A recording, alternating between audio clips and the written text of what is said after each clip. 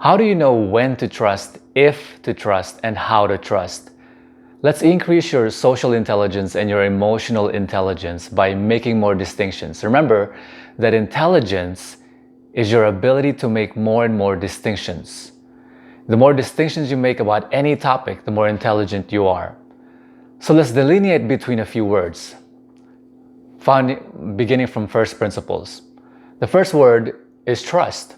What is the definition of trust? If you look it up on Google, it's the firm belief and reliability on something or someone.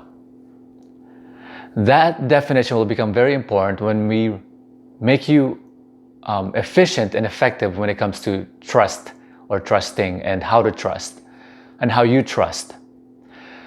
Let's make the delineation about the word faith. What is faith? Now, this word is important because of the word, it's a root word of faithful, which we'll talk about in a few seconds. Faith is, if you look it up on the definition on Google, is your complete belief on something or someone. I will add to that your complete belief on something or someone without evidence and in fact denying proof. That's going to be important in a little bit. What is a belief? What do you think a belief is? A belief is any thought or idea which you have emotional investment. So when we revisit the definition of trust, your firm belief on something and the reliability over something.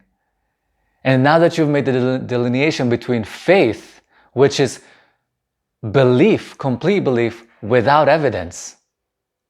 Let me redefine faith for you. Faith is any belief in which does not require evidence and in fact denies it. When you deny evidence, when you don't require evidence and don't require proof, makes it possible for you to have complete belief over something. I want you to think about that. I want you to ask yourself, is that smart? Is it smart for you to have complete belief on something without evidence, without proof, and in fact denying them? And in fact, anyone with faith, when you provide evidence, makes their faith stronger. Do you understand? Because they don't require evidence. They deny evidence. So when you provide them proof, it strengthens their resolve, which is why you can't argue with a religious person based on facts. Do you understand? You can't argue with someone who has faith based on facts. That's going to be important when it comes to being faithful. I'll talk about that in a few seconds. So, can you trust something without requiring proof or evidence? I want you to think about whether that's smart or that's idiotic. Remember how we talked about efficiency and effectiveness? There's this movie, I forgot the title. If you know the title, please comment below. I want to know that I forgot the name of the movie, but he was looking at a plane. He's an aviator. Oh, Aviator. That's the movie. And he had some engineers. It's Leonardo DiCaprio. And he's running, the engineers built him an amazing plane. And he's running his hands through the gull of the plane. The plane was almost perfect. And then he found one little screw that was sticking out, protruding. And he found it imperfect. And he told his engineer, we got to change that. Now, the rest of the plane was absolutely perfect. It's the best plane they've ever made, ever created. And the engineer said, what? It's just one little thing, a little imperfect thing. It doesn't need any fixing. And he said, it has to be streamlined, perfect. He was a perfectionist. And that, when they fixed that, the plane was something you call as an amazing feat of beauty, an elegant, you might say. And so the confluence of effectiveness and efficiency, when you have both simultaneously, is elegance. How can you have an elegant social skill when it comes to your ability to trust? Remember that when you were just learning how to trust, in the beginning when you trusted things without requiring evidence. Do you understand? You trusted things without requiring evidence, therefore inevitably leading to your disappointment. And often your grave disappointment, and then you learned how to trust better. Now, what I'm teaching you is a system that you can have in your mind so that you can trust really, really good, really, really well. And how do you do that? You make the delineation whether to trust something or not trust something based on the definitions in your mind. So, should you trust anything which you can't rely upon? Well, that's not called trusting. If you can't rely upon it, you can't have confidence over it,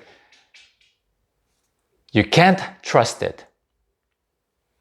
Now remember that reliability requires your knowing data about it, which is true, which is based on true, which is based on demonstrability, which is based on fact, which is based on evidence and proof. You can't rely on something which you haven't demonstrated to be true. Let me ask you a question. If I were to ask you to jump 6 feet apart, and you say to yourself, how much trust do you have to have in yourself for you to be able to jump 6 feet? Well, if I were to say for you, if you were on top of a 30-story building, and there's two buildings 30-story apart, and in the middle is 30 stories onto the ground, and I tell you to jump these 2 stories, and they're 6 feet apart, and I tell you, trust yourself, you're going to require evidence, demonstrability of whether or not you actually know if you've ever demonstrated to yourself you've jumped 6 feet or not. If you don't know whether or not, you don't have any proof or evidence that you've jumped 6 feet, I guarantee you wouldn't want to jump that. So your system, when it comes to trusting anyone or anything or any entity, any company or whatever, any person, your lover, is whether or not you can prove it to be true. And that is your ability to trust. Anything which denies evidence or proof, you're now in the realm of what? You're now in the realm of faith. And that is what it is to be faithful. To be faithful is to have belief without evidence. Faithful is this interesting word. I'll end it with this. My sweetie, any of my friends are faithful to me. And I can rely upon their being completely faithful to me. And it's not because they believe anything about me which doesn't require evidence. What I'm saying is the word faithful is a misnomer. And actually, they can have faith that I will be me. They can have faith that I will always be me. They can actually trust that they can have belief and rely upon me because I'm completely consistent.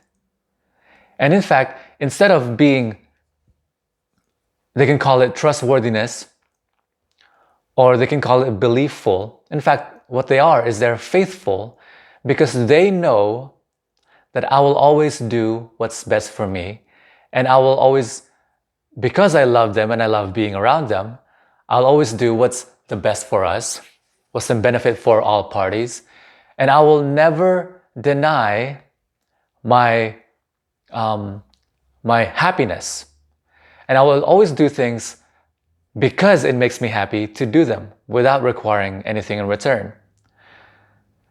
There is one idea, before I end it here, one idea is called have faith in yourself that this will happen. Have faith that this will happen.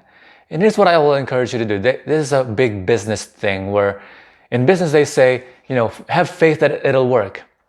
Here's what I'll require you to do.